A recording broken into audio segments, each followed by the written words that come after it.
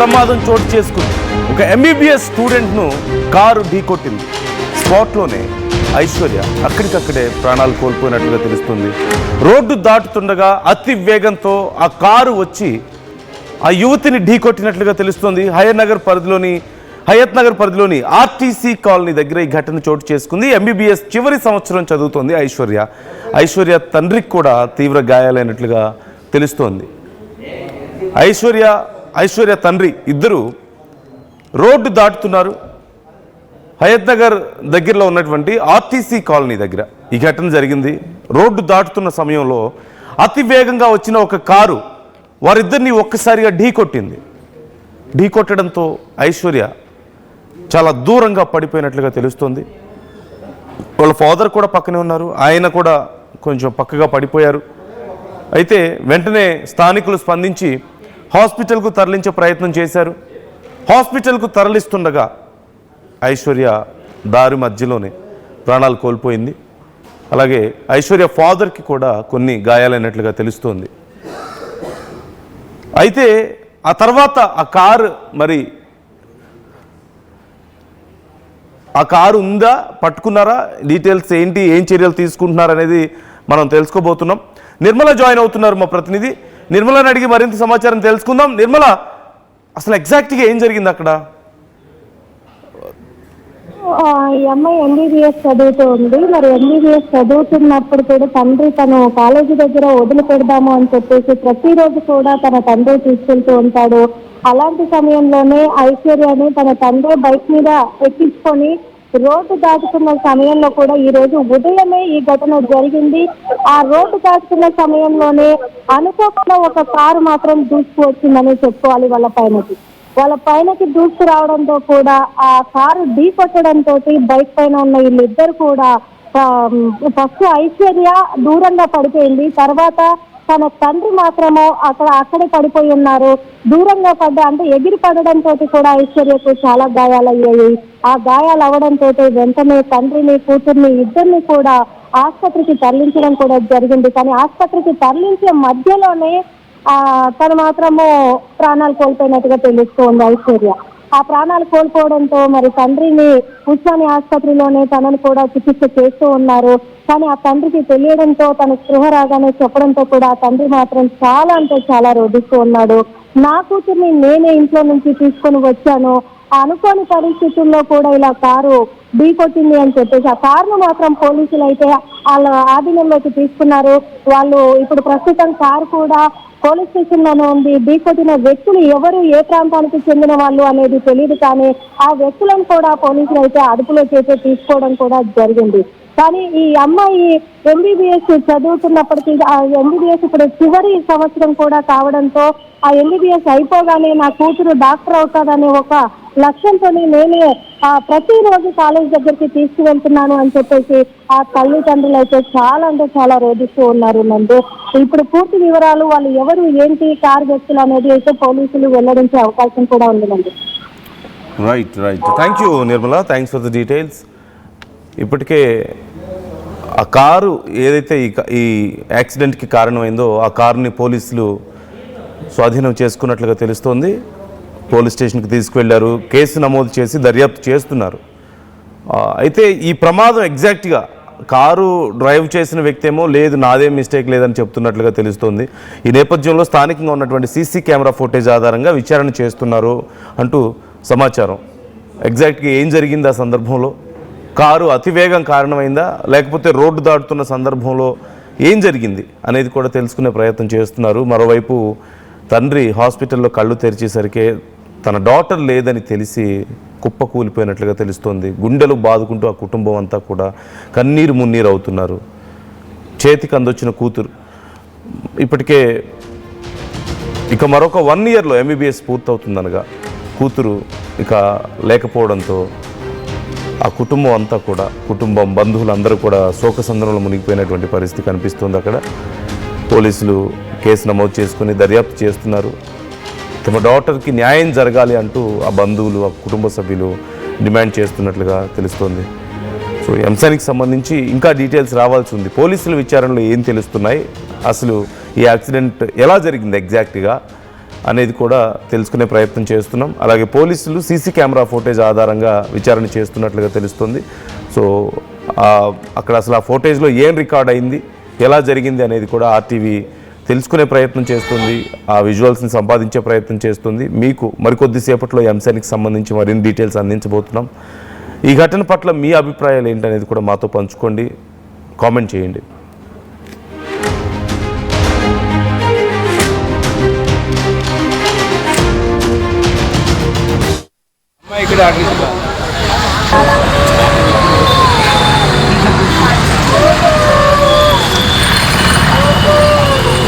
స్క్రీన్లో చూస్తున్నారు ఆ యువతికి సంబంధించిన ఫోటో అండ్ ఐడి కార్డ్ కూడా మేము చూపించే ప్రయత్నం చేస్తున్నాం.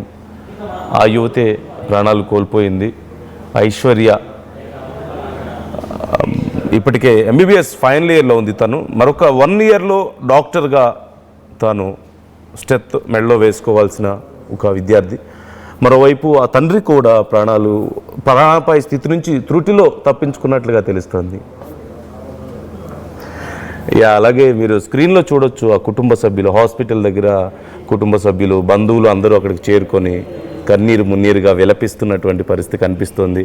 మరికొద్దిసేపట్లో ఆ విజువల్స్ కూడా మేము మీకు చూపించే ప్రయత్నం చేస్తున్నాం. సీసీ కెమెరాలో అసలు ఏం రికార్డ్ అయింది, ఆ రోడ్ మీద యాక్సిడెంట్ ఎలా జరిగింది, కారు అతివేగమే కారణమా లేకపోతే ఇంకేదైనా మిస్టేక్ జరిగిందా, అక్కడ ఎలా వారిద్దరిని అంత ఘోరంగా ఢీకొట్టింది ఆ కారు, అసలు ఆ కారు డ్రైవ్ చేసింది ఎవరు అనేది కూడా తెలుసుకునే ప్రయత్నం చేస్తున్నాం. ఆర్టీవీ దగ్గరికి మరికొద్దిసేపట్లో మరిన్ని డీటెయిల్స్ రాబోతున్నాయి. సో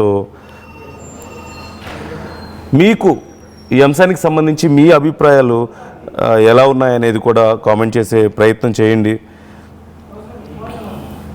ఇప్పటికే విద్యార్థిని మృతదేహాన్ని ఉస్మానియా ఆసుపత్రి మార్చురీకి తరలించినట్లుగా తెలుస్తోంది. చాలాసేపు ఈ ఘటన తర్వాత ఆ రోడ్ మీద భారీగా ట్రాఫిక్ జామ్ కూడా అయినట్లుగా తెలుస్తోంది. అక్కడ యాక్సిడెంట్ జరగడం, తండ్రి కూతురు ఇద్దరూ అలా రోడ్డు మీద పడిపోవడం, చాలామంది అక్కడ గుమిగూడడం, సహాయక చర్యలకు కూడా కొంత ప్రయత్నించినప్పటికీ కూడా చాలాసేపటి వరకు అక్కడ పూర్తిగా ట్రాఫిక్ సమస్య ఏర్పడినట్లుగా తెలుస్తుంది. ఈ అంశానికి సంబంధించి తండ్రి కూడా ఇప్పటికే రెస్పాండ్ అయ్యారు. మరికొద్దిసేపట్లో అంటే ఆ ఘటనలో ఏం జరిగింది అనేది కూడా తండ్రి చెప్తున్నట్లుగా తెలుస్తుంది. ఆ డీటెయిల్స్ కూడా మరికొద్దిసేపట్లో మేము మీకు అందించబోతున్నాం.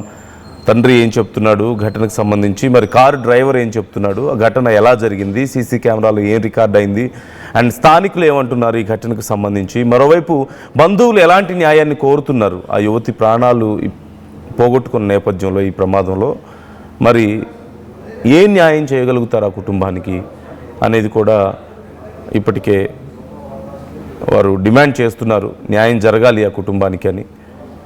చేతికి అందొచ్చిన కూతురు చదువుకొని ఇంకో సంవత్సరంలో డాక్టర్ అయ్యి తమను చాలా హ్యాపీగా చూసుకుంటుంది అనుకున్న కూతురు ఇలా రోడ్డు ప్రమాదంలో ప్రాణాలు కోల్పోవడం, తండ్రి కూడా ప్రాణాపాయ స్థితి నుంచి త్రుటిలో బయటపడడం చూస్తున్నాం. ఆ కుటుంబం అంతా కూడా షాక్లో ఉన్నారు. ఆ బంధువులంతా కూడా చాలా షాక్లో ఉన్నట్లుగా కనిపిస్తుంది. ఎప్పటికప్పుడు ఈ కేసు విచారణకు సంబంధించి కూడా మేము అప్డేట్స్ అందిస్తూ ఉంటాం. Try to comment your opinions also. మీరేమనుకుంటున్నారు ఈ ఘటన పట్ల కామెంట్ చేసే ప్రయత్నం చేయండి. మీ అభిప్రాయాలను మాతో పంచుకోండి. ఎండి సిద్దిక్ కామెంట్ చేస్తున్నారు పాపం అని. అలాగే దినేష్ కల్లూరి కామెంట్ చేస్తున్నారు, రోడ్డు క్రాస్ చేసేటప్పుడు చూసుకోవాలి, కార్ అన్నాక స్పీడ్ ఉంటుంది, సడన్గా రోడ్డుకి అడ్డంగా వెళ్తే కారు ఎలా కంట్రోల్ అవుతుంది, సో మనమే చూసుకోవాలి, డ్రైవర్ది తప్పు ఉండదు, దాదాపుగా తప్పు ఉండదు అంటూ కామెంట్ చేస్తున్నారు. మనం కన్ఫర్మ్ చేయలేము. దినేష్, ఐ డోంట్ నో మీరు ఏం చూసి కామెంట్ చేశారో తెలీదు. ఆల్రెడీ ఆ యువతి ప్రాణాలు పోగొట్టుకుంది, కుటుంబం చాలా సఫర్ అవుతున్నారు. ఇలాంటప్పుడు సఫర్ అవుతున్న వాళ్ళనే మనం బ్లేమ్ చేయడం కరెక్ట్ కాదు. అక్కడ ఏం జరిగిందనేది తెలియడం లేదు. It's very easy to pass స్టేట్మెంట్ని పాస్ చేయడం చాలా ఈజీ కదా. కానీ పాపం నష్టపోయిన వాళ్ళని మనం వేలెత్తి చూపించడం అనవసరంగా, కారణం లేకుండా అందులోనూ బ్లేమ్ చేయడం కరెక్ట్ కాదు. దయచేసి అలా మాట్లాడొద్దు ఎవరు కూడా. ఇప్పటికే ఆ కుటుంబం చాలా బాధలో ఉంది. ఇక మరోవైపు తప్పెవరిదని మీరు అనుకుంటున్నారు అంటూ ఆర్టీవీ అడిగినటువంటి ప్రశ్నకు చాలామంది రెస్పాండ్ అవుతున్నారు. ఆ సమాధానం చూస్తే మోస్ట్లీ 86% కార్ డ్రైవర్ది అంటున్నారు, ఐశ్వర్యదే తప్పు అంటూ 14% మంది అంటున్నారు. మనం అప్పుడే ఒక కంక్లూజన్కి రాలేము ఈ విషయంలో. దయచేసి ఎవరు కూడా నెగిటివ్ కామెంట్స్ పెట్టొద్దు ఆ కుటుంబం పట్ల, లేదంటే ఐశ్వర్య పట్ల. ప్రాణాలు కోల్పోయింది ఆ యువతి, ఆ కుటుంబం ఎంతో బాధలో ఉంది, ఆ తండ్రి ప్రాణాపాయ స్థితి వరకు వెళ్ళి బయటపడ్డాడు, తీవ్రంగా గాయాలైనట్లుగా తెలుస్తోంది. అలాగని ఇప్పుడు డ్రైవర్దే తప్పని కూడా మనం కన్ఫర్మ్ చేయలేం. We're trying to get those CC camera visuals. ఒక్కసారి అవి వచ్చిన తర్వాత మనం కూడా తెలుసుకోవచ్చు అసలు ఏం జరిగింది అనేది. బట్ అది తెలియకుండా ఎవరిని మనం బ్లేమ్ చేయలేం. అందులోనూ నష్టపోయిన కుటుంబాన్ని మనం అలా బ్లేమ్ చేయడం కరెక్ట్ కాదు. ఇప్పటికే ఆ కూతుర్ని పోగొట్టుకుని ఆ తండ్రి ప్రాణాపాయ స్థితి నుంచి బయటపడ్డాడు, త్రుటిలో తప్పించుకున్నాడు. ఆ కుటుంబం ఇప్పటికే చాలా బాధలో ఉంది. సో మీ అభిప్రాయాలు ఏంటి అనేది కామెంట్ చేయండి. ఒకవేళ ఈ అంశానికి సంబంధించి హయత్ నగర్ పరిధిలో జరిగింది, ఒకవేళ ఆ పరిసర ప్రాంతాల్లో ఎవరైనా మీరు ఉన్నట్లయితే ఈ ఘటనకు సంబంధించి మీకు ఏదైనా సమాచారం ఉన్నా సరే మాకు తెలియజేసే ప్రయత్నం చేయండి. మీ అభిప్రాయాలను మాతో పంచుకోండి.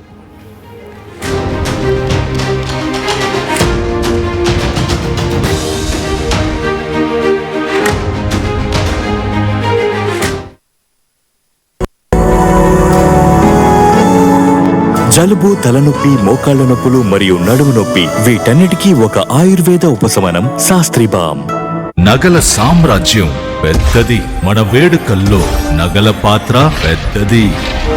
నగల్లో మన సంప్రదాయం అది పెద్దది. అదే విధంగా నగలు కొనేటప్పుడు మీ సేవింగ్స్ కూడా ఇకపై పెద్దగా ఉంటుంది. అన్ని నగల తరుగును ముందు కన్నా ఇంకా తగ్గించాం. ఈ తక్కువ తరుగును చూస్తే వెంటనే నగలు కొనేస్తారు. డైమండ్ జ్యువెలరీ ధరలు కూడా పెద్ద లెవెల్లో తగ్గించాం.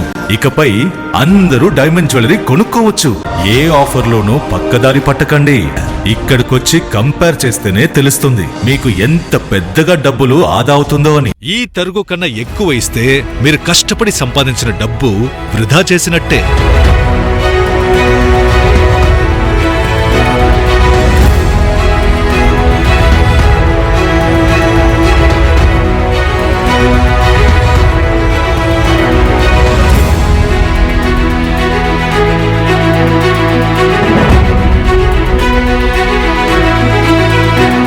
లలితాలో నగలు కొనండి, ఎక్కువ డబ్బులు ఆదా చేయండి.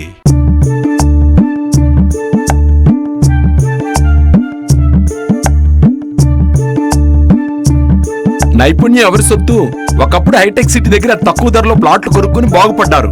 తర్వాత ఓఆర్ఆర్ దగ్గర, ఇప్పుడు అవకాశం త్రిబుల్ ఆర్ దగ్గర వచ్చింది. ఇప్పుడు షాద్ నగర్ వైపు ఉన్న స్వర్గసీమ వెంచర్ లో ప్లాట్ల పండగ వచ్చింది. నూతన వెంచర్ అమేయ రూపంలో అప్రూవ్డ్ ప్లాట్లు, రిసార్ట్ ఫెసిలిటీ, రీజనబుల్ ప్రైస్.